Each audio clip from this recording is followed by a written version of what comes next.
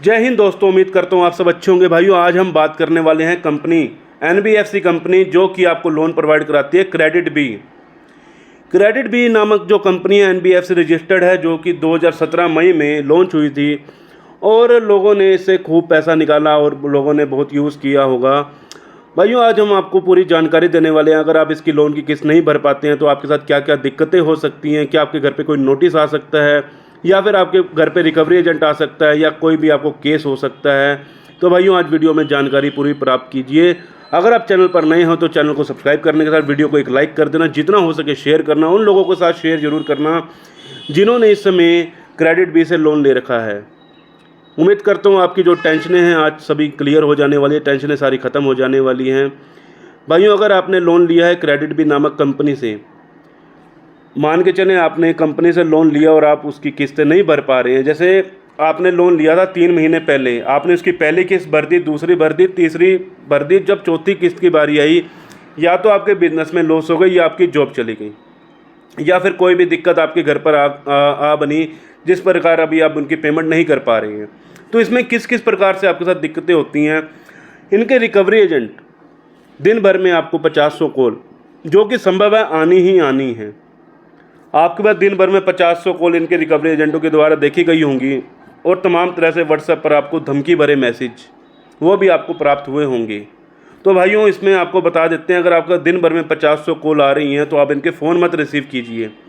आप जितने इनके फ़ोन रिसीव करते हैं उतना आपके साथ दिक्कतें हो जाती हैं। आप लोग परेशान हो जाते हैं कि भैया मैं इसकी लोन की किस्त नहीं भर पा रहा हूँ, तो मेरे साथ और क्या क्या दिक्कत हो सकती है। दिक्कत सबसे पहले यही है, आपके पास तमाम तरह से कॉल्स आना। रिकवरी एजेंसी कुछ कंप्यूटराइज कॉल होती हैं, कुछ रिकवरी एजेंट खुद कॉल करते हैं आपको, और सेम टू सेम एक ही चीज़, अगर आप एक बार भी उनका फ़ोन उठा लेंगे तो सेम वही चीज़ दोबारा रिपीट होगी। उसके बाद दोबारा तीसरा फ़ोन भी आएगा तो सेम बात वही रिपीट होने वाली है। तो अगर आप इनके फ़ोन को नहीं भी उठाएंगे तो आपके किसी प्रकार की कोई परेशानी नहीं होने वाली। फ़ोन न उठाना किसी प्रकार का कानूनन अपराध नहीं है। अब हम इसके बाद आपको बता देते हैं, अगर आपको किसी प्रकार का नोटिस प्राप्त हो सकता है, जो कि बैंक आपको नोटिस प्राप्त करा सकती है। आपको रिमाइंडर नोटिस बैंक भेज सकती है। रिमाइंडर नोटिस का मतलब होता है आपको याद दिलाना। बैंक आपको याद दिला रही है कि भैया आप हमारी पेमेंट को क्लियर कर दें।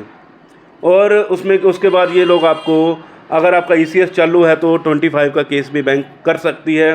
वैसे हर केस में ये नहीं है कि हर किसी के ऊपर ये केस हो जाने वाला है, तो ऐसा कुछ भी नहीं है। बिल्कुल बेफिक्र हो जाएं। अगर आपके पास, देखो, आपके पास तमाम तरह के मैसेज आ रहे हैं कि भैया हम आपके घर के नीचे खड़े हैं, हम आपके घर पर कल रिकवरी एजेंट भेजेंगे, हम आपके घर पे हम आपको एक डेट दे देते हैं कि भैया इस दिन रिकवरी एजेंट आपके घर पर विजिट करेंगे, हमारी टीम आ रही है घर पर। तो भैया वो रिकवरी एजेंट हैं, आप लोगों के घर पर कभी नहीं आते। क्रेडिट बी के रिकवरी एजेंट आज तक किसी भी एरिया में, किसी भी शहर में नहीं देखे गए हैं। तो सबसे पहले इस चीज़ की टेंशन को ख़त्म कर दीजिए कि आपके घर पे कोई रिकवरी एजेंट आने वाला है। रिकवरी एजेंट नहीं आएगा, ठीक है। अब तीसरी बात रह जाती है, इसके ऊपर कोई केस हो सकता है। तो भैया केस ऐसा नहीं है कि हर किसी के ऊपर केस होने वाला है। केस नहीं हो, अगर छोटा मोटा लोन है तो कंपनी केस नहीं करती है, क्योंकि जो केस का दायरा हो जाता है भाई वो बहुत बड़ा हो जाता है। कंपनी करना चाहे तो कर सकती है भैया, कंपनी के पास राइट्स हैं, लेकिन कंपनी नहीं करती हैं। आपको सबसे पहले, अगर आप कोई भी किस्त बाउंस कर देते हैं, पहले किस्त बाउंस होने से पहले ही बैंक को एक प्रायर नोटिस भेज दीजिए या फिर बैंक को एक मेल कर दीजिए कि भैया अभी मैं पेमेंट देने में असमर्थ हूँ, जैसे ही मेरे पास पैसे का जुगाड़ होगा या किसी प्रकार से मेरे पास पैसा आएगा मैं आपको पे कर दूंगा। तो कंपनी को इसमें आपको कोई ना कोई रिवार्ड देना होगा, कंपनी आपको कोई ना कोई जवाब जरूर देगी।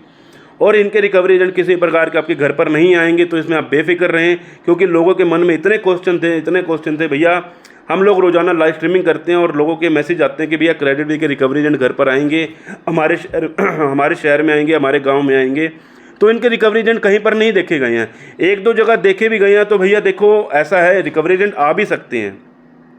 ये मत सोचना कि रिकवरी एजेंट नहीं आएगा, बिल्कुल भी नहीं आएगा। तो कभी इनके रिकवरी एजेंट आ भी जाते हैं।